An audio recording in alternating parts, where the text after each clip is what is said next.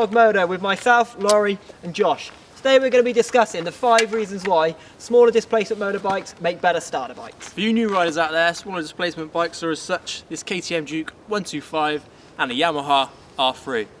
Welcome to Dog Moto. Point number 1, weight. On average, smaller engines equal lighter bikes. This comes with the added bonus of easier cornering and braking.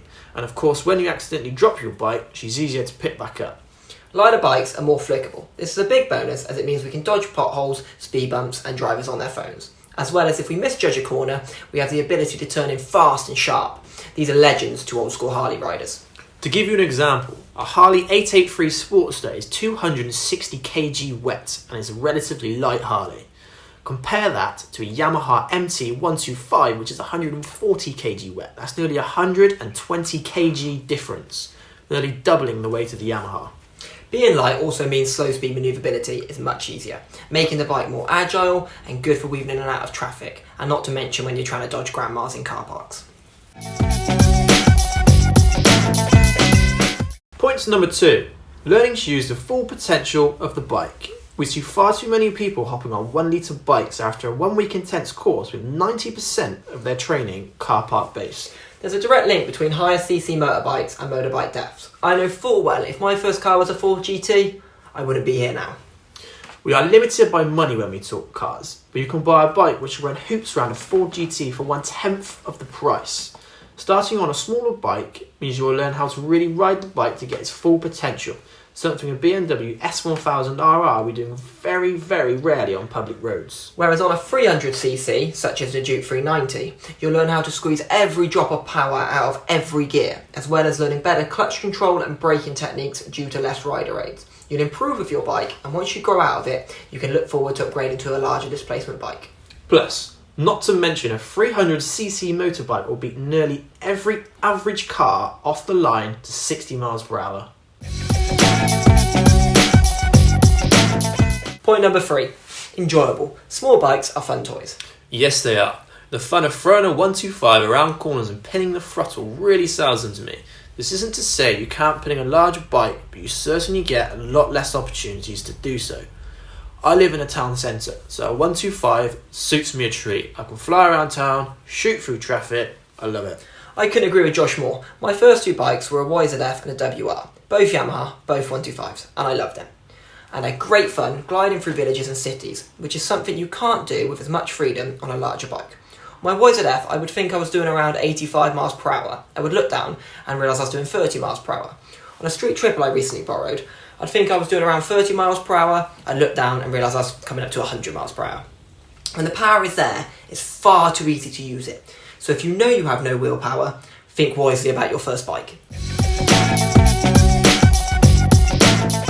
Point number 4, looking forward to upgrading to a bigger bike. Although we recommend starting on smaller bikes, we both love these big bikes and enjoy riding them. As much as I do love my 125 for the local rides, if I was going on a riding tour, I'd certainly look to upgrade. Definitely, and you'll be looking forward to upgrading. This is where starting small gives us options to progress up from a 15 horsepower starter bike to a 150 horsepower litre bike. Talking of 15 horsepower bikes, I currently own my Duke 125, review coming soon. And I love it, but in the future I'll be looking forward to upgrading to a larger bike. Yeah, the main point behind this video isn't to discourage buying larger bikes, but to start smaller and work your way up, learning to ride different bikes, homing your skills, and mainly having fun. So many people buy a litre bike and decide this is too much, and this is why you see so many bargains on eBay. If you work your way up, you'll find where you are comfy in the bike world and you can stick around there. I was told by many riders, don't waste your time on small bikes, get a big bike straight away. But I couldn't afford it at the time, so I started on a smaller bike, and I'm happy I did, because some of the mistakes I made on a 125 could have killed me on a larger bike. That brings me to our 5th and final point, money. This is the big one, and something the majority of us have a limited amount of. Bikes are expensive.